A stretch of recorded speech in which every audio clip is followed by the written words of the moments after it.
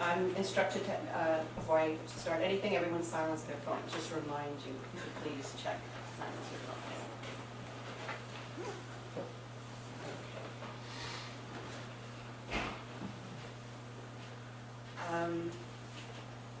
My name is Marion Casey, and I'm on the faculty of Ireland House, Gosford Ireland House, and I welcome you this evening, old friends and new friends. Tonight is a professional privilege and a personal honor to introduce the 25th Annual O'Malley Lecture in Irish American History. Our speaker this evening is Anelise Hanson Shrout, and her new book will be available for sale afterwards, and there will be a reception downstairs as well. So I welcome you to stay and mingle and celebrate this occasion. And make a few comments here.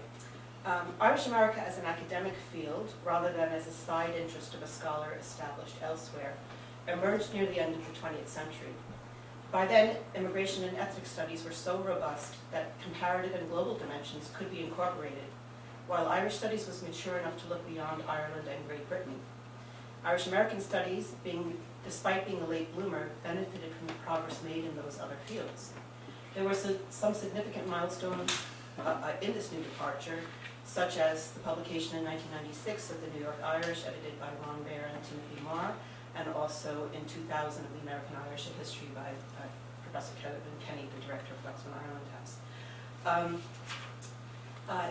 Each new publication in the early decades, or the early years of this century, pushed the field, widened the aperture, and demonstrated the value of research on Irish America, not only for understanding the Irish diaspora, but also its long impact on Ireland itself. But the major accelerant, in my opinion, was the creation of Gosford Ireland House at NYU MIT. Boston College and Notre Dame had securely anchored Irish studies in the United States by then, so it was only natural for NYU to become the long-awaited institutional home for Irish American studies. In addition to teaching, being based at a major research university enabled Gosford Ireland House to innovate. It began the Archives of Irish America in 1997, now more than 1,000 feet housed in Boak's library that will be mined by researchers for decades to come. This includes over 300 oral histories with Irish Americans, a broad definition that was intentional, that were reported between 2005 and 2017 in an Ireland House initiative that is now available as a resource in the archives. Ireland House then inaugurated this series in 1999, the O'Malley Lecture, to showcase work on Irish America by scholars.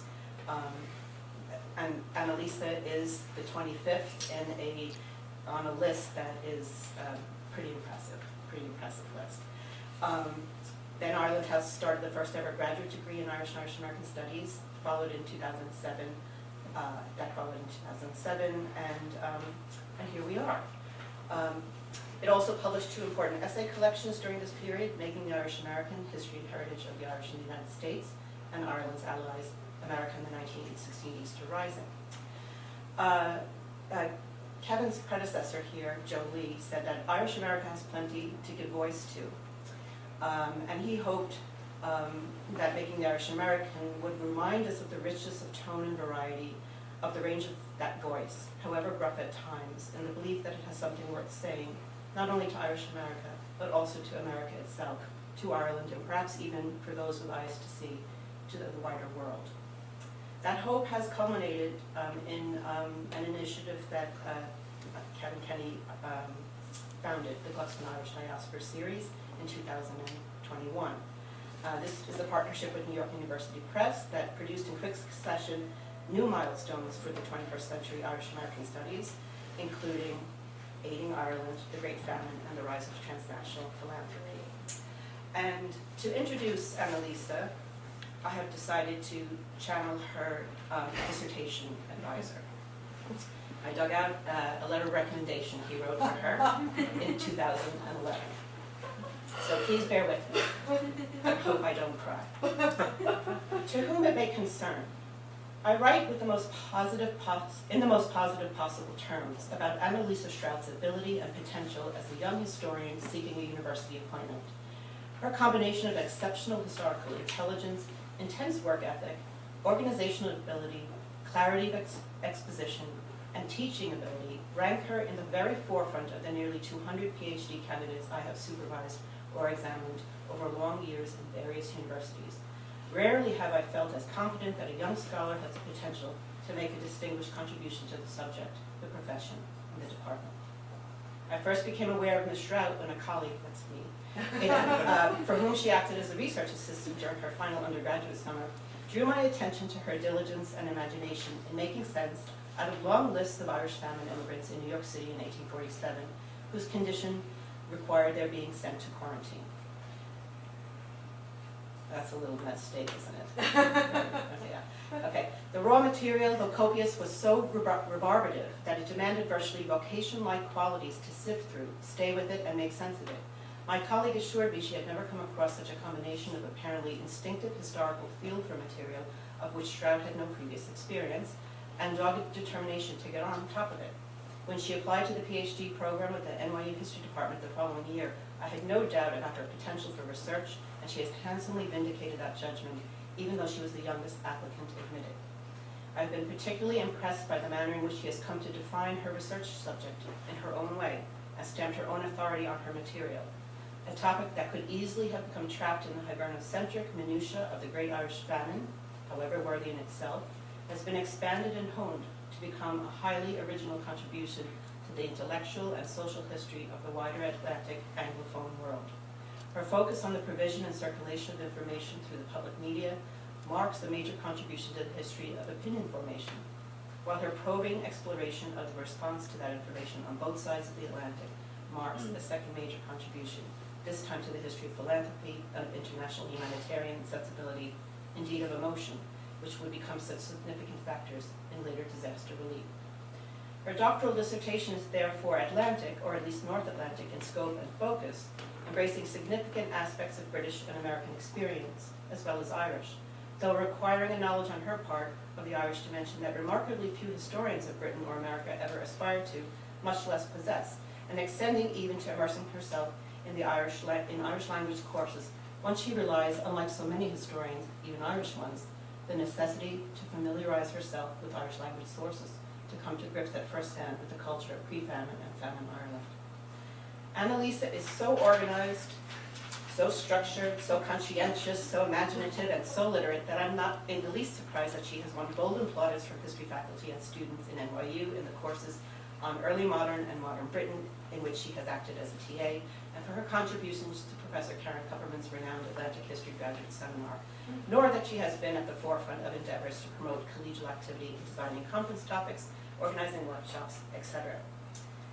The theme on which Anelise has chosen to focus, the production, distribution, and consumption of information on disaster, and the nature of resultant philanthropic responses, seems to me to be a potentially major growth area of historical studies for a long time to come. I'm particularly impressed by that sentence, given the world we live in today. I'd be very surprised if she did not remain at the cutting edge of this virtually endless field of inquiry, with so much potential for spin-off throughout her career, however many other research topics she may embrace. Her immense natural talent, combined with her intense sense of commitment and her superb work ethic, persuade me that she could become a very bright star in the historical firmament. And I have no hesitation in recommending her as a potentially most valuable member of any department of history. And Bates College snapped her up. So Anelise, welcome back to Ireland House, and congratulations.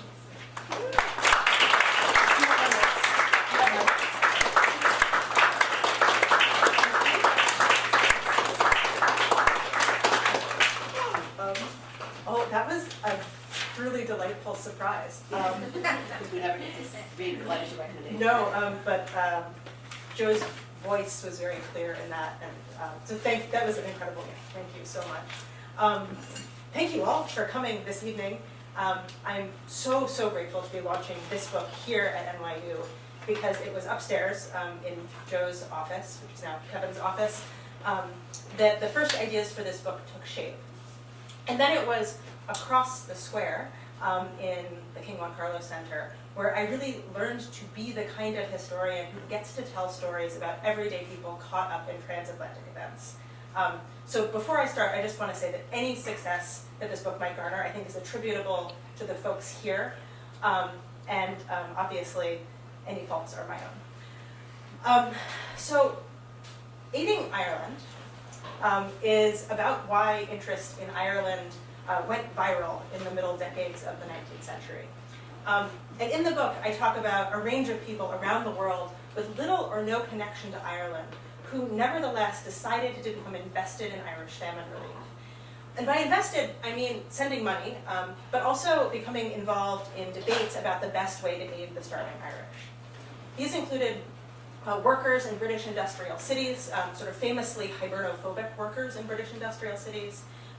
They included the descendants of Dutch tenant farmers in upstate New York, and also indigenous people forced west of the Mississippi by the United States Indian removal policy.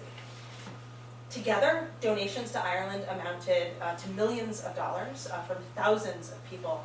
And one of the things that I find really interesting about this is that many donors gave what seemed to be very small sums, but were actually huge parts of their household income. Few of these donors had any personal connection to Ireland, and many hadn't engaged in any kind of distant charity before. In addition to these donors, uncountable additional people became involved in campaigns for particular relief policies.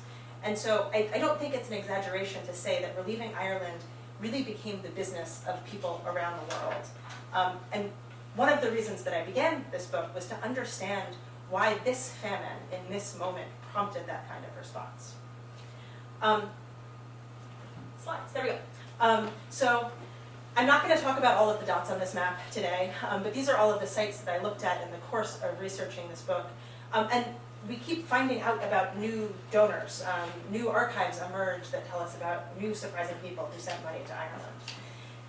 The multiplicity of these stories made deciding where to begin tonight really difficult, but I ultimately decided to start where the book does, which is in Lowndes County, Alabama, in April of 1847, and with what I think is probably the most surprising of these donations that I came across.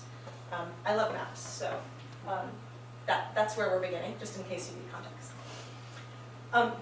So in April of 1847, Morgan Smith, who owned a plantation near Lounsborough, called together the enslaved people who labored there.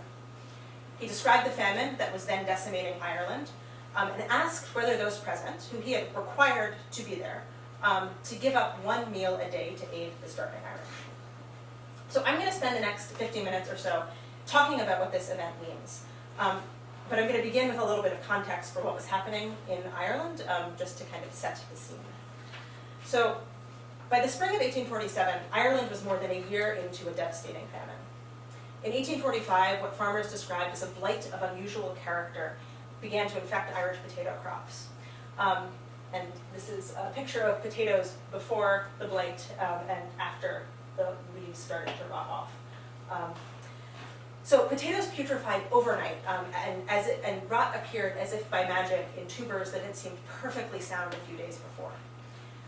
This blight, which we now know was caused by a virulent fungus, had also impacted potato crops across Europe and North America, but it was particularly destructive in Ireland. And that's because in the 19th century, much of Ireland was rural, and most residents of the countryside were tenant farmers renting small parcels of land owned by non-resident landlords.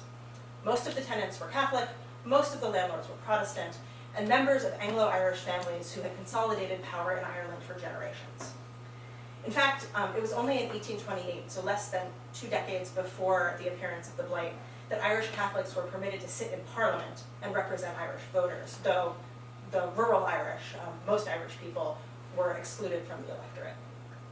So I'm telling you all of this because in the decades before the famine, these landlords had begun to shift more and more of their holdings from tenancies, which produced rent, to the production of grain for export. So basically, it was cheaper to produce grain, or it was more remunerative to produce grain, and they were getting less money from tenants. As a result of this, tenants who still needed places to live and whose families had lived on this land often for generations were pushed to marginal land and occupied parcels that were so small and so barren that potatoes, which yield really high return on very small areas of rocky or hilly terrain, were the only supportable crop. So, when the potato blight came to Ireland, people who were living only on potatoes were the hardest hit. And much of rural Ireland's subsistence was lost. So crops failed in 1845, they failed again in 1846, and by April of 1847, so by the time Smith had gathered the enslaved people on his plantation together, Ireland was in the throes of a famine. Conventional estimates suggest that the rate of Irish mortality in 1847 was more than 3 times what it had been in 1841. And to put that another way, of a pre-famine population of roughly 8.5 million, 1 million people died of starvation or related disease. And in fact, taking into account those deaths and then also immigration out of Ireland, more than 2 million people left the island. The island of Ireland's population today is still lower than it was on the eve of the famine. So this is a demographic event from which Ireland has not ever recovered. And this is just to give you a sense of death rates in the course of the famine, not, or the percentage of deaths in each place. So in the most western rural areas, more people died. Efforts to ameliorate Irish distress rapidly followed the onset of the Blight, and the British Parliament arranged for the distribution of grain at reduced prices, and then repealed legislation that kept foreign grain prices high in order to protect British producers. So protectionist measures that made it really hard to import cheap food. Politicians encouraged local elites to initiate and fund public works projects like improving roads and dredging harbors and building piers and draining swamplands so that tenants had some form of employment. But fundamentally, this did not address the problem that people simply did not have enough food. The government measures were ultimately too little and came too late, and this is where the people that I'm interested in came in. These ad hoc relief committees and groups of individuals who began to fundraise and advocate for Ireland in order to fill the gap between Irish need and government relief efforts. So the crisis that Smith talked about was pressing, right? This was a real disaster for Ireland. But his request that enslaved people give up 1 meal a day was absolutely not a neutral one. Lounsborough was in the heart of cotton country and at the center of the United States slave economy. And the enslaved people who lived and worked there, like enslaved people across the US South, were subject to persistent racialized violence. In fact, even as late, by the middle decades of the 20th century, Lowndes County was still known as Bloody Lowndes, and it was synonymous with white supremacist violence, and murder. So I left off the story with Smith asking, but asking with a threat of implied violence that was present in any encounter between enslavers and enslaved people. Asking the people who he had gathered together to give up 1 meal a day for the starving Irish. Now, in addition to the implied violence granted to Smith as an enslaver by the US legal system, even by the standards of his own time, Smith was particularly brutal. This brutality, I think, makes the response to him all the more surprising. So after a deliberation, the enslaved people assembled agreed that they would act to aid Ireland. However, they said, they emphatically rejected Smith's request that they give up food. And so when I have long quotations, I'll just have them up because I think it can help to see them. But I'm not going to read them verbatim from the screen because that would be very boring. So, according to one newspaper account of the meeting, which was likely supplied by Smith, the people who he gathered together said no. In lieu of food, they chose to take up a collection amongst themselves. This collection produced $50. And just to give you some context, this was equivalent in purchasing power today to about $1,000. So they reject his claim or his request to give up 1 meal a day and instead go away and come back with money. So I think this story is one of, for me, the most interesting ones in the book, and it has a lot of different layers. On the one hand, it's about how people responded to news of a distant crisis, right? About how news of the famine circulated and how it prompted action. Though they probably didn't think about themselves as such, the men and women in Lowndes were part of a humanitarian watershed moment. Never before had so many people from so many different walks of life, many of them poor or middle class, sent so much money to distant sufferers. On the other hand, this is a story about why a particular group of people, who were themselves subject to privation and want, would choose to send money to strangers overseas. And on yet another hand, it's why Morgan Smith publicized and solicited this donation. So I'm going to talk about all of those today, actually in reverse order, in order to illustrate what my book argues, which is that the famine became an international cause célèbre precisely because so many different people around the world could use famine relief for their own purposes while also aiding distant sufferers. These people, the people that I write about, would not have agreed about what the famine meant, about what famine relief meant, or about why they were giving. But they did seem to come together to recognize that famine relief was politically useful. So I'm going to start by talking about Morgan Smith and why he would have solicited and publicized this donation, and then about how pro-slavery commentators used it and other instances of famine relief to advocate, to advance their agenda. And I'll then turn to what the donors themselves might have thought about their donations before closing with a discussion of the breadth of donors to famine relief. So this donation took place at a time when charitable giving was common, but charitable giving at a distance was not. For many people in the Anglo-Atlantic world in the 19th century, charity was a way to demonstrate social power. Mostly, this kind of giving took place between people who were geographically proximate. So one of the novel things about Irish famine relief was that it was taking place between people who were geographically distant. In this traditional model of philanthropy, givers, in addition to offering help, could be seen by their community as benevolent.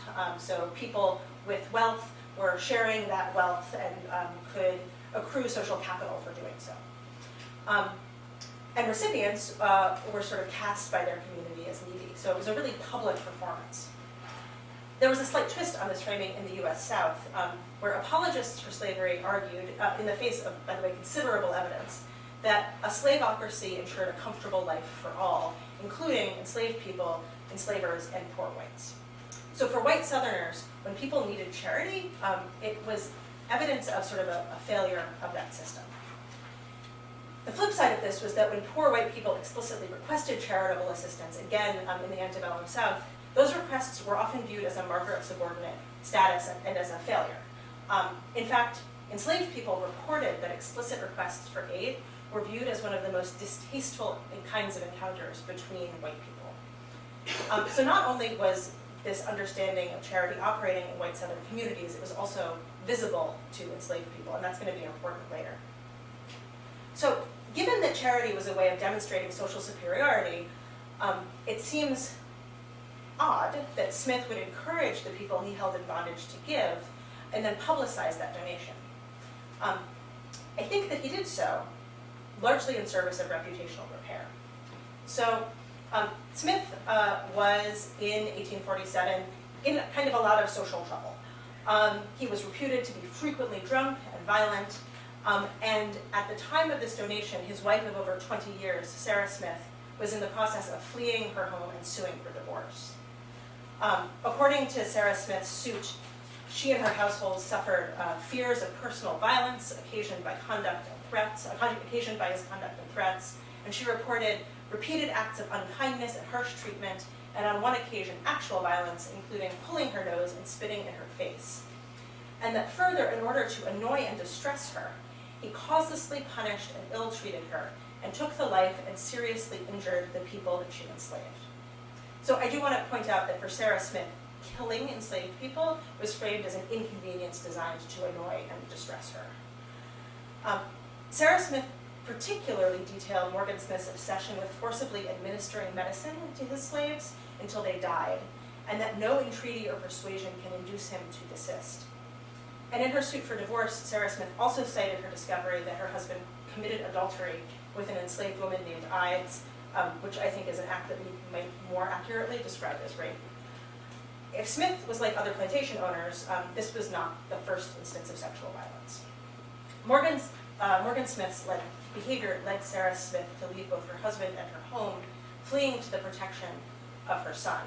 And I just want to come back to the fact that this level of violence was surprising even for enslavers in this period. So this was beyond the pale. And it was in this context that the people that Smith called together said no to him and said, instead of giving up food, we want to send money. So Sarah Smith's departure would have occasioned gossip in the local community, and Morgan Smith would have begun to gain a reputation as a man who failed to administer his domestic life. There's ample evidence that he continued to drink and generally was an embarrassment locally.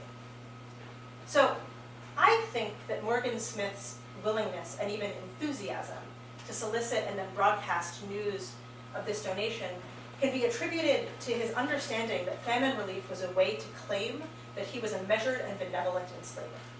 It was a way for him to tap into that understanding of charity that he might have sort of accessed by sending money directly to Ireland, but encouraging enslaved people to give did an additional thing. It painted Smith as a benevolent enslaver and as having a convivial relationship with the people he enslaved in the face of Sarah Smith's accusations of abuse. So there's this personal impulse for Smith, I think. But he is one among many enslavers who facilitated money sent to Ireland. And let me see, there we go. So there's a ton of evidence that enslavers fundraised a lot for Ireland and used the Irish crisis to support the political agenda of slavery by capitalizing on the widely held belief, in the United States at least, that Ireland's problems were traceable to Britain. So Smith's case is a little bit particular, but he was one of many who were using famine philanthropy for sort of their own reputational reparative ends. I want to give you a few examples of the language that was used to sort of associate the famine with a failure of Britain. I think this is an idea that's pretty familiar to those of us here, but it was so common at the time that I think it bears dwelling on. So the New York Herald, a Democratic Party paper, wrote in 1845 that Ireland is annexed to England, and how? By bribery, by treason, by corruption, by blood poured out. It is held annexed by force and by the bayonet, in spite of the loud cry of her 9 millions against it. She is robbed, starved, and plundered by the forced annexation and forced continued union. So that's a New York City Democratic Party paper. The Jeffersonian Republican, a pro-slavery paper out of New Orleans, wrote something similar. In 1846, it wrote, "Success to Ireland. The iron hoof of England has too long trodden her down." A few weeks later, the Anti-Renter, a paper published in Albany and dedicated to the abolition of landed elites in New York State, but I think just everywhere, described the English land stealers who have a cheaper way of getting rid of their surplus population than sending them in vessels across the Atlantic. They starve them into the earth. And the Memphis Daily Appeal, another pro-slavery paper, wrote in June of 1848 that we do not believe that the English Constitution is fit for Ireland or the Irish, and we trust that the day is not far distant when Ireland will be free forever of her old oppressors, and that Great Britain will cease to be a scourge of that devoted country. So all of these examples across the political spectrum tell us that people in the United States generally agreed that Ireland's problem stemmed from British misgovernment. And this is important because this idea was leveraged by the white press in the US South in order to make an argument about the continuation of slavery. So the way that worked, I think, is illustrated in the Weekly Flag and Advertiser, which is the paper that reported on Morgan Smith's, the enslaved people on Morgan Smith's plantation for the first time. So this is a continuation of that first reporting. So it leveraged the idea that Britain had singularly failed the Irish. It credited the Lounsborough donation to Morgan Smith's benevolence and argued that it reveals that, quote, the real situation of enslaved people, who are supposed by those who know nothing of the workings of the slave institutions of the South to be miserable, half-starved, overworked creatures, driven only by the overseer's whip and working in chains. So it's arguing that that what many people said about slavery was not true. Rather, the paper argued that the very people whose abuse was so egregious, the very people who sort of were the recipients of abuse so egregious as to occasion Sarah Smith's suits for divorce, readily subscribed money to relieve the starving miles off. A people said to be free and dwelling in a land made beautiful and fertile by God, but cursed with the blighting influence of a government whose footsteps, whether in India or Ireland, are ever marked by blood, pestilence, and famine. Why slavery, as it is among us, would be a blessing compared to the galling bitterness of the chain that eats into the very bones of the Irish people. A chain rusted for centuries with the blood of brave people and which carries with it in each alternate link fever and famine. So that's a really long quote, but it really exemplifies how the white Southern press used famine relief in service of arguments that slavery actually was not so bad, that the Irish were much worse off, and that enslaved people's ability to give was actually attributable to the benevolence of enslavers. This claim wasn't limited to the Weekly Flag and Advertiser. It was common in newspapers across the US South, which used the famine to argue for the relative well-being of enslaved people in the United States. Now, abolitionists at the time were really sort of primed to caution against this interpretation of the famine and famine relief. So, for example, Frederick Douglass, famous abolitionist orator, speaking to a crowd in Limerick in the very early years, the early months of the famine, argued that there was no comparison between Irish sufferers of famine and enslaved people. He said, there was nothing like American slavery on Irish soil, on this soil which he now stood. Slavery consisted not in taking away a man's property, but in making property of him and destroying his identity. His master decided for him not only what he should eat and what he should drink, what he should wear, when and to whom he should speak. And while Irish people experiencing eviction and privation were certainly to be pitied, they didn't experience a loss of freedom. And this is a really common theme in Douglas's commentary from Ireland. And it seems a little bit weird when you first see it because it's not clear why he keeps insisting that the Irish, in the midst of famine, are actually not as bad off as enslaved people. But he knew, and other abolitionists knew, that slavery's apologists in the United States were making exactly that argument, that famine relief was evidence that Ireland was worse off than, the people in Ireland were worse off than enslaved people, and that slavery, by comparison, was relatively benevolent. So the Southern newspapers were making these arguments, and abolitionists were reacting to them.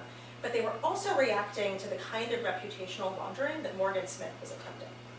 So only a month before the Lounsborough donation, a Dublin Quaker named Richard Allen, and this is one of my favorite sources from this book, because it's really the first time that I found somebody saying, yes, famine relief was explicitly political. So Richard Allen wrote a letter to his fellow Quakers who were tasked with raising funds for Ireland. They apparently had a meeting where they discussed taking donations from the American South. Allen said we should reject these donations.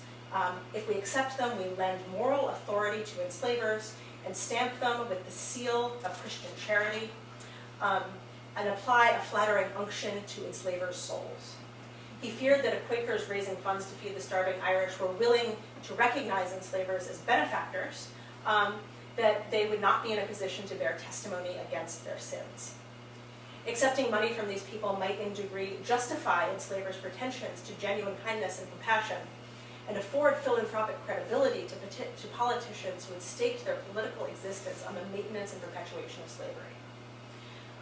So he closed by saying it would ratify their character for Christian benevolence, which would dishonor Christianity, dishonor the Society of Friends, and be detrimental to the cause of the slave. So both the way I think Smith was using this donation and the way the Weekly Flag and Advertiser and other papers in the US South were pretty quickly counteracted by abolitionists who said, no, we cannot accept this use of these donations. We cannot accept that sending money to Ireland is evidence that slavery is not bad. We cannot accept that sending money to Ireland is an example of enslavers' benevolence. So I've been talking about Morgan Smith for a while now, and I hope to have shown how the donations sort of collected on his plantation were put to use by individual enslavers and by apologists more broadly. And I want to now talk about the donations themselves and the donors themselves, because I think actually that's the more interesting story. There is less archival evidence for this because there is not a ton of archives in enslaved people's own words. There are certainly none from Lounsborough. But I'm going to talk about what these donations might have meant in a way to sort of give voice to those donors and not just leave you with how they were used by other people. So we know there's ample evidence that news about Ireland circulated amongst enslaved communities. And so to give you a sense of the kind of reporting that was going on in the papers around Lowndes, I'm going to just give you a couple of examples. So in February of 1847, the Weekly Flag and Advertiser, the same paper I've been talking about, noted that the situation of the poor in Ireland is terrible beyond description. No man of common humanity can look upon the picture of such distress without feeling his heart moved. A few days later, the Southern Advocate, another paper which circulated locally, reported that thousands of Irish are actually starving. And so the actually starving there is in reference to accusations that enslaved people are starving. And many have died for want of food. This kind of reporting was really common for newspapers in the United States, these sort of descriptions of Irish suffering. But neither of these papers stopped with that reporting. Both went on to comment that donations to famine relief spoke to the morality of donors, which is just the thing that Richard Allen feared. So the Advertiser noted that donations were highly creditable to the character of our people, one reflecting more real glory upon our name than 1,000 victories gained by the prowess of soldiers at war. So, although these were white newspapers produced for white audiences, as I said before, there's tons of evidence that news from papers like these circulated amongst enslaved people. And in fact, Booker T. Washington sort of described this news circulation as part of a grapevine telegraph that helped enslaved communities keep abreast of local news and events. So, in a description of an experience about a decade after the famine, he described a situation where the slaves on our far-off plantation, miles from any railroad or large city or daily newspaper, knew what the issues involved were, like the issues of the day. And that news was often ferried by enslaved people who were sent to the post office for the mail and who would linger about the place long enough to get the drift of the conversation from a group of white people who naturally congregated there after receiving the mail to discuss the latest news. In addition to this kind of news circulation, touring black preachers ran Sabbath schools and delivered sermons on plantations, and often carried news that wouldn't otherwise have crossed that distance. So all of this is to say that there's every reason to suspect that some of the Lounsborough donors might have known about Irish suffering before Smith convened the group in early April. But also that they would have been aware that white commentators understood philanthropy as a mark of genteel superiority.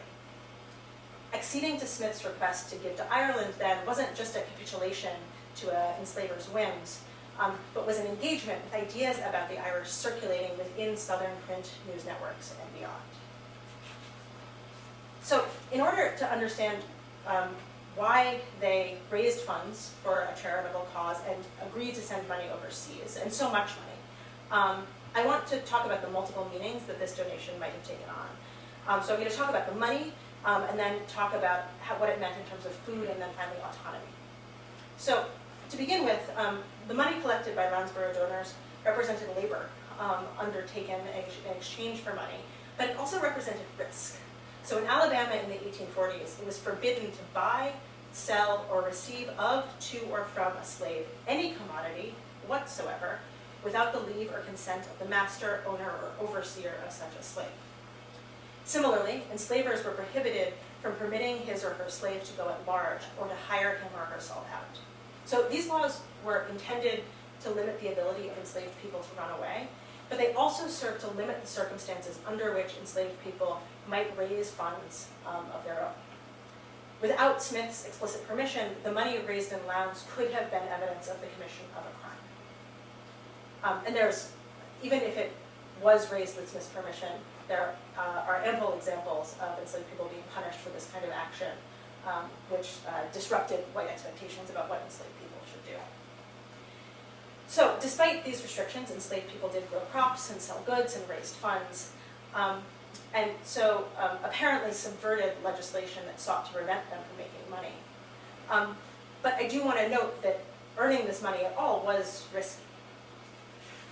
So there's the risk part, but money did more than sort of buy time. Money also had the potential to buy freedom. So while most enslavers were more likely to promise manumission and never deliver it, it was within the realm of possible actions made available to enslaved people in Alabama to purchase their freedom. In this period, some enslaved people collectively raised money to purchase the freedom of family members, or appealed to local free people to purchase that freedom for them. And although $50 was only the fraction of a cost of freedom for most enslaved people, the money raised for Ireland could have contributed to freedom of a person on Smith's plantation or to the freedom of one of their friends or relatives. So choosing to send this money and in this amount was also an explicit decision not to spend funds on other potentially more personal causes. So why do it? I think for two reasons. The first was that choosing to give up money was a way to preserve autonomy with respect to spaces of food and eating on the plantation. And the second, I think, is because it troubled white assumptions about appropriate senders and recipients of charity. So the particular choice that Smith offered, right, whether to give up one meal a day for some unspecified period of time, also had particular intangible meaning for enslaved men and women, right? One meal a day had real value in terms of both calories and money. So there's a lot of debate about the kind and quantity of food that enslaved people had access to, and certainly that kind of and quantity of food varied from plantation to plantation and from year to year. When Southern newspapers described with derision the food that starving Irish people were forced to eat, it was often exactly the food that was provided to enslaved people. So, for example, the Richmond commercial compiler wrote that the very swine of Ireland will not eat the diseased potatoes, and yet the poor people are compelled to eat them or starve, when it was commonplace for enslaved people to be given food that was near or past spoiling. Similarly, the Richmond Whig lamented that Irish people were forced to eat yams, which were a poor substitute for the Irish potato, when enslaved people would have found yams a common part of their diet. So white assumptions about the desirability of food made clear that distant Irish bodies were valued very differently by enslaved ones, by the white press. So if Smith provided enslaved people with an average amount of food, and average here is doing a lot of work, but one meal's worth of food for all of the enslaved people on his plantation for a week would have cost about $10. So it's impossible to know whether Smith hewed to this average, but we can use it to get a sense of what that $50 was sort of in exchange for, what it meant economically. And also, I think raises the possibility that what Smith wanted was to save money while seeming to look benevolent. Smith didn't specify how long he expected the people he enslaved to give up one meal a day, and it's probably not the case that in the moment of collecting those funds, people were doing back of the envelope calculations about how much food this would mean. But it is likely that the people on Smith's plantation were concerned with what that loss of food would mean tangibly and socially. So giving up one meal a day might have been a deeply consequential loss of calories, but I think we also need to think about it as a loss of autonomy. So in the 19th century, Southern plantation owners had begun to build more robust slave quarters, often containing cooking spaces, which meant that enslaved people could make food in their own homes. At the same time, the kitchens that served the plantation houses began to move away from the main house, both because they were a fire risk when they were attached to the main house, but also to establish a clear separation between those who were serving and those who were being served.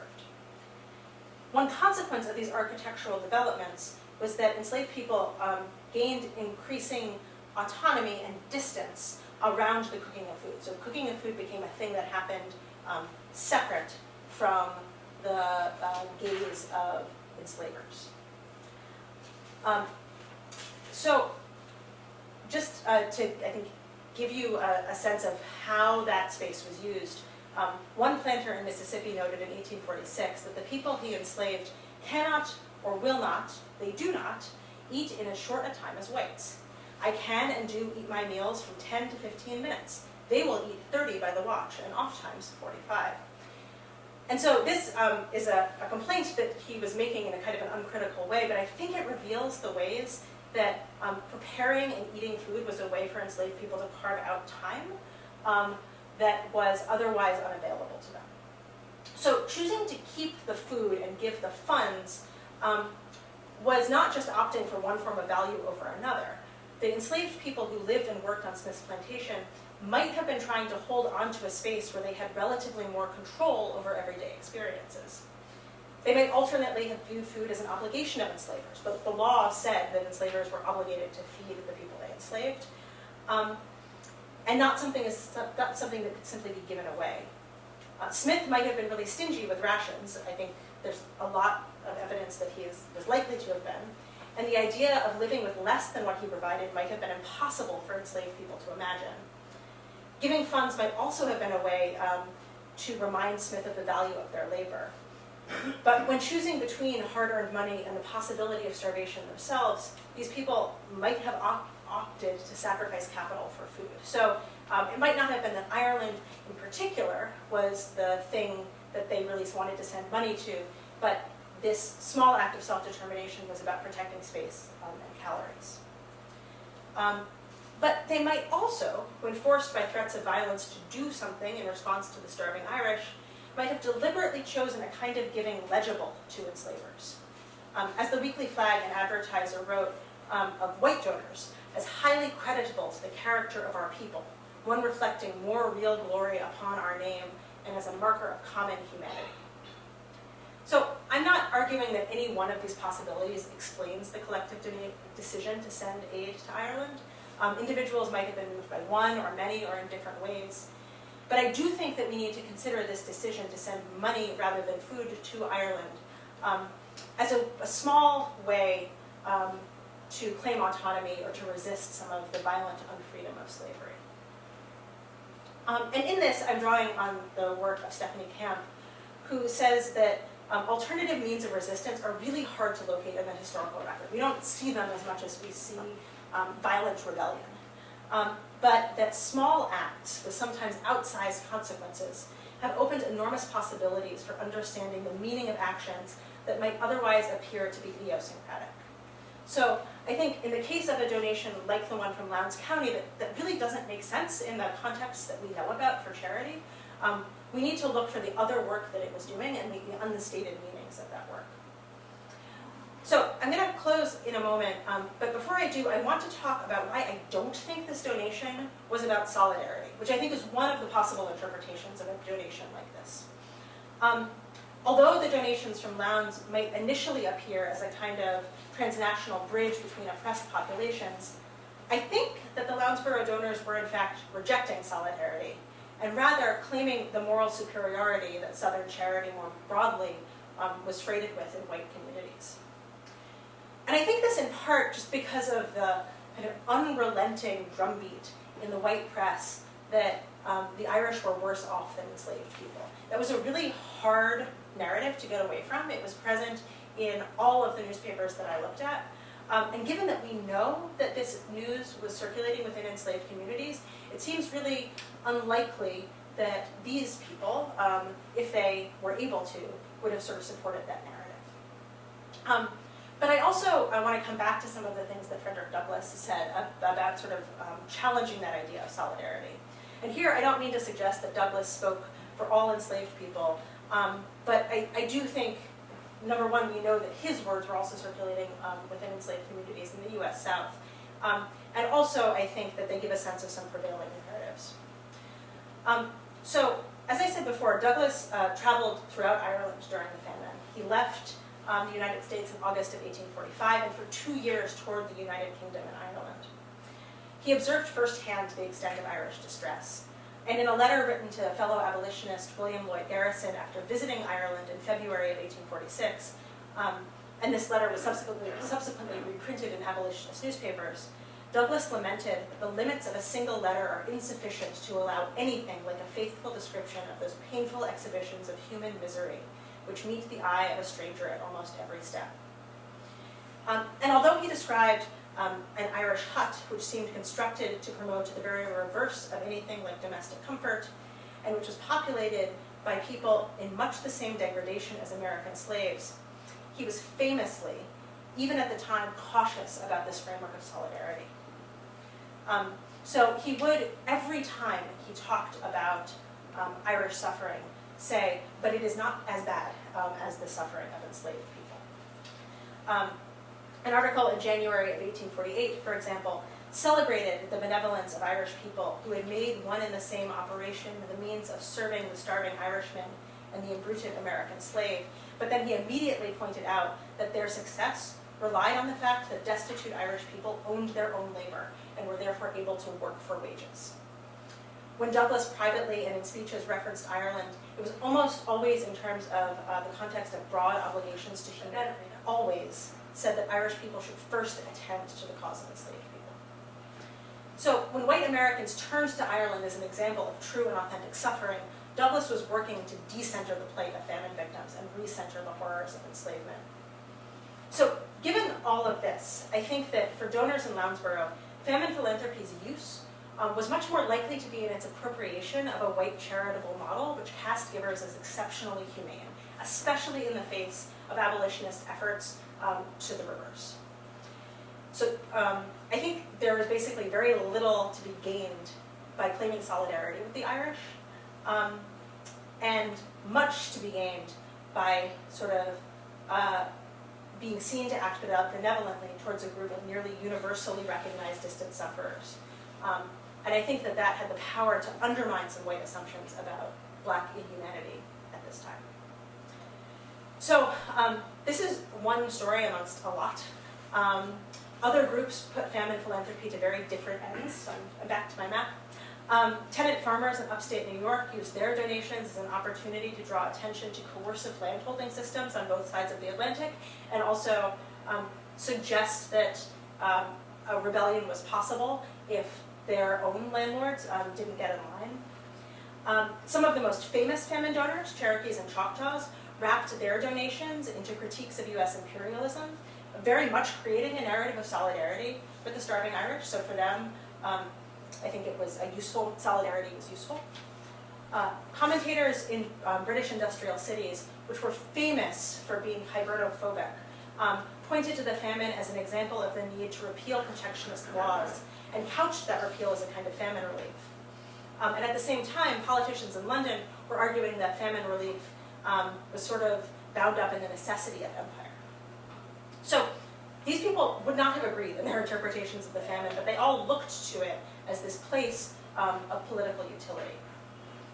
I don't mean to suggest here that people who became invested in Irish famine relief weren't also motivated by a true desire to help Irish people.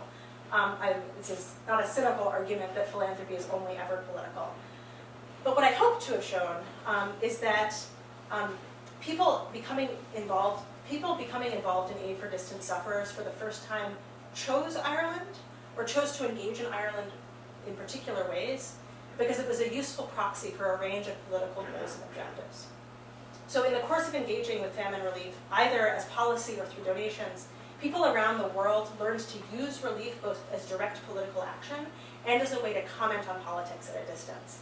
And it was this distance, the ways that it made the famine malleable to a wide range of different causes, that I think made the issue of famine relief go viral in the 19th century. Thank you.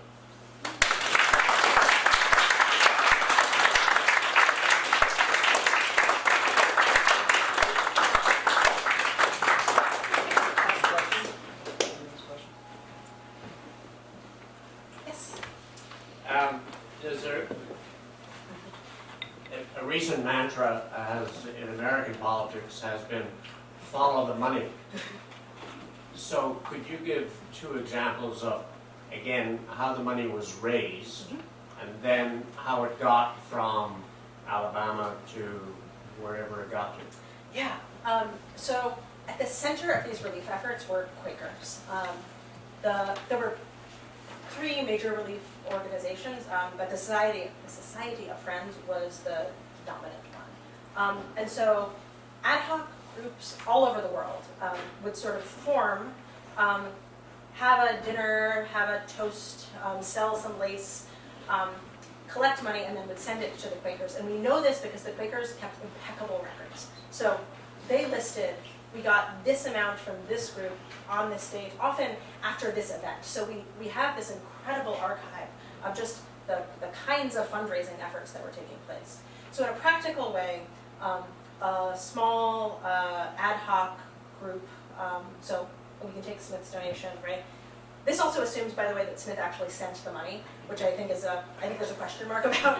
I would not trust him. But if he did, he would have sent money to the Alabama Famine Relief Association, which then sent it on to the Quakers, who would use it to buy food and distribute soup in rural Ireland. I often at these talks get questions about how much graft there was, and I've not found any discussion of like theft of money in the course of these circulating funds, but it's something I keep wanting to come back to, because people always want to know like how much of these funds were being skimmed off for various purposes. My sense is that amongst the Quakers, not very much. They had pretty good records and were pretty committed to the dispensing of this aid.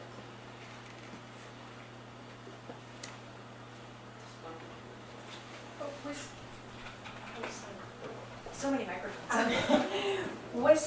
When the Quakers were operating soup kitchens or distributing food, was there a religious element where they were expecting some sort of participation in their own religious practices? They were not, but other religious groups were often accused of what was called superism, which is basically we'll give you food in exchange for conversion, often to Anglicanism. That was not a part of the Quaker mission. I think there are questions about like what it must have felt like to be receiving food from a religious organization and whether that would have suggested a sense of obligation, but at least in an overt way, that was not part of the Quaker mission.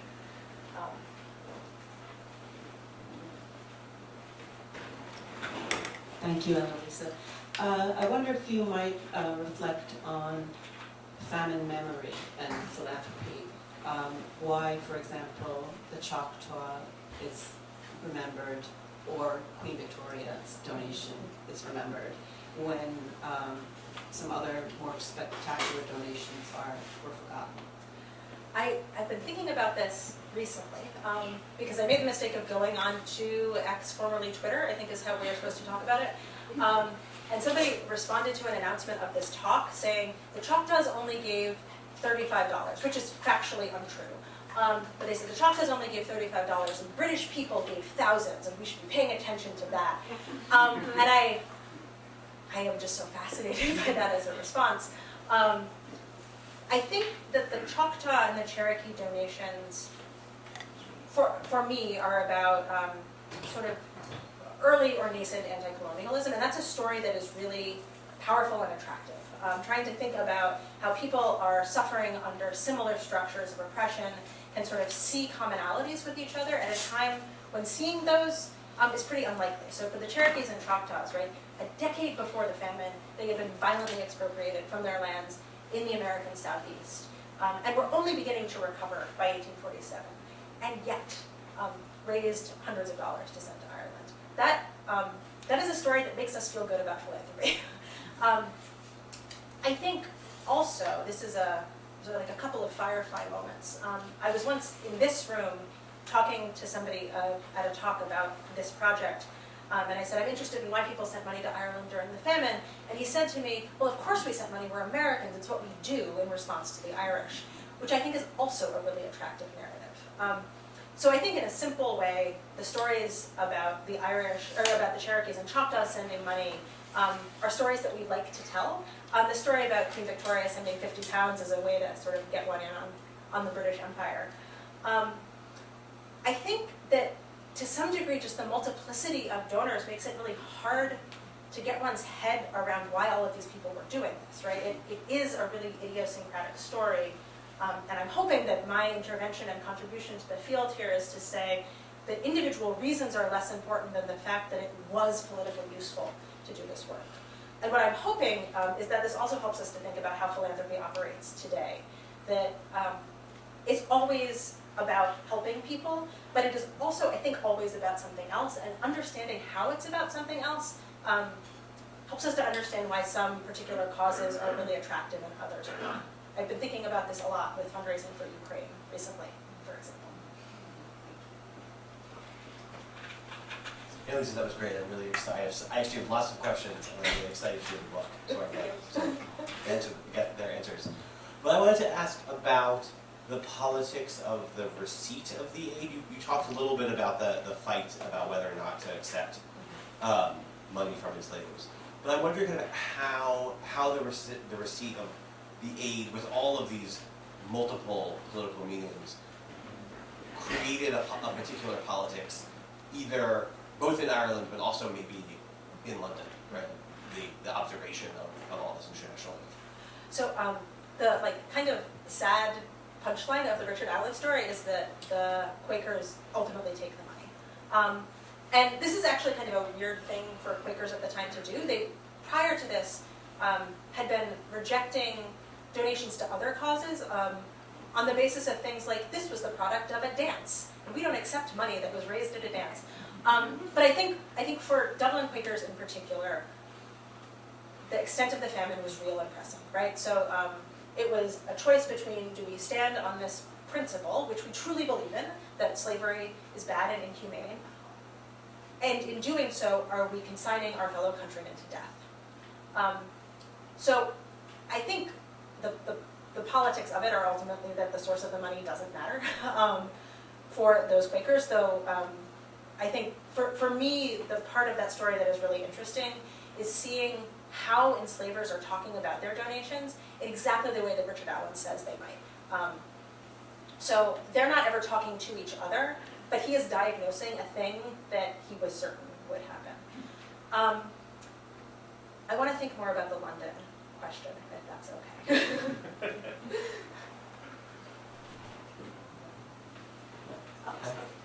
Thanks, Anelise. I really enjoyed that. That was terrific. I just want to follow up kind of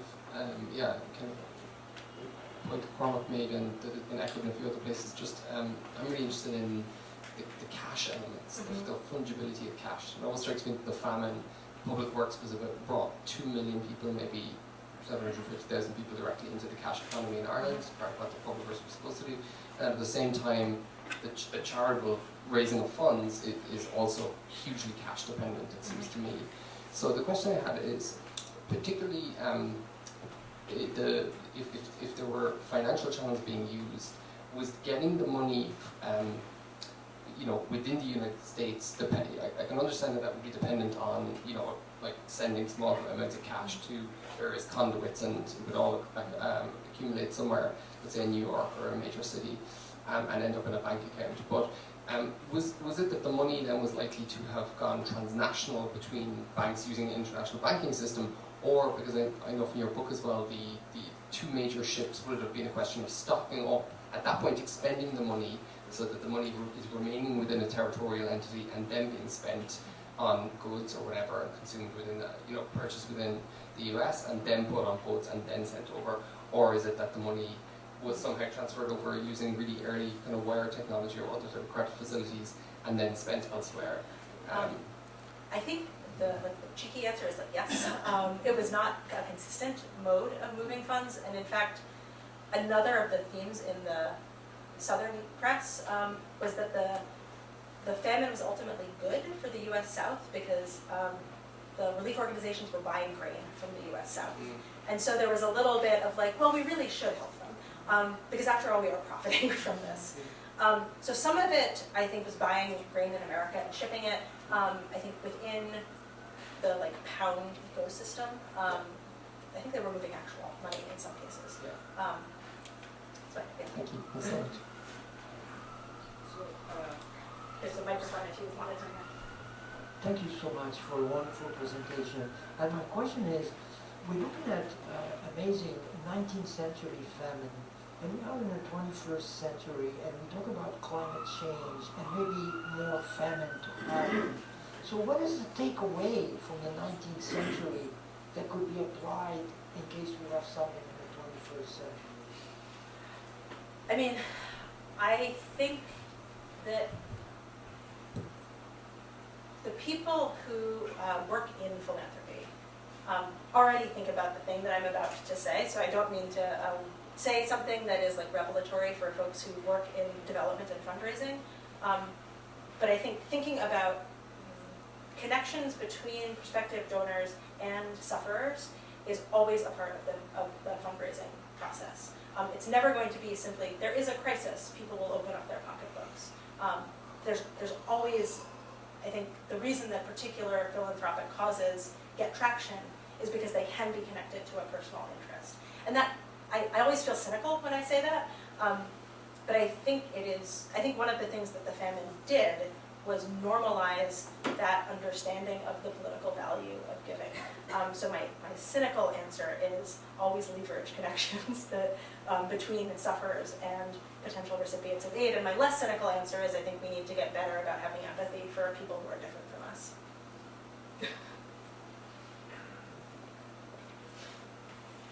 Hi, thank you for this fascinating talk, and I really look forward to reading the book. I was kind of struck, this is something that comes up in my own research as well, about Ireland as a sort of space of projection for other people's political preoccupations. And I was wondering, from the perspective of the newspapers and things that you're reading, what is it that puts Ireland in that position? Is it the 98? Is it O'Connell? Or is it the famine itself? Or is it something else entirely? I'm going to reuse the cheeky answer and then expand, which is yes. I think in the 1840s, Ireland was this perfect example of failed processes, right? If you wanted an example of empire failing, you could look to Ireland. If you wanted an example of landlords failing to attend to the needs of their tenants, oh look, Ireland was that. If you wanted an example of nationalist politicians being more interested in lining their own pockets than helping sufferers, you could look to O'Connell, or at least the worst dispersions cast upon O'Connell. So I think why Ireland, why was the famine this sort of catalyst, was because for all of these processes that people cared about at the time, nationalism, imperialism, landed relations, sort of obligations of elites to one another, Ireland was an example of those processes failing. So I think it's about 98, and I also think it's about O'Connell, and I also think it's about the British Empire. We were talking about this a little bit earlier, but Ireland is this really interesting example of a place where ideas about empire and the nation were being tested out in this period, and I think in the 1840s were not looking that successful. So it became easy to project those stories onto Ireland. There was a question in the back.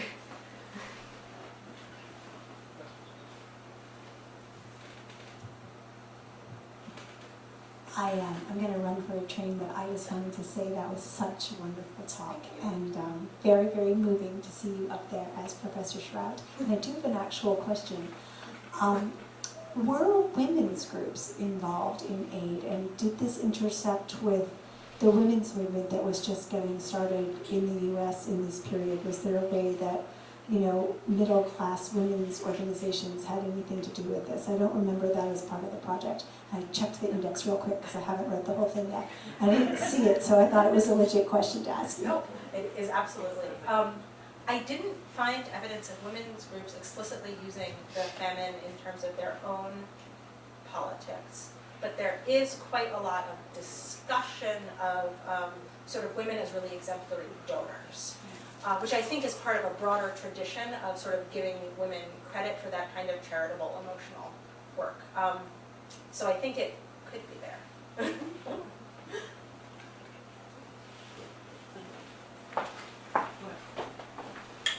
Please, let's thank. Thank you all.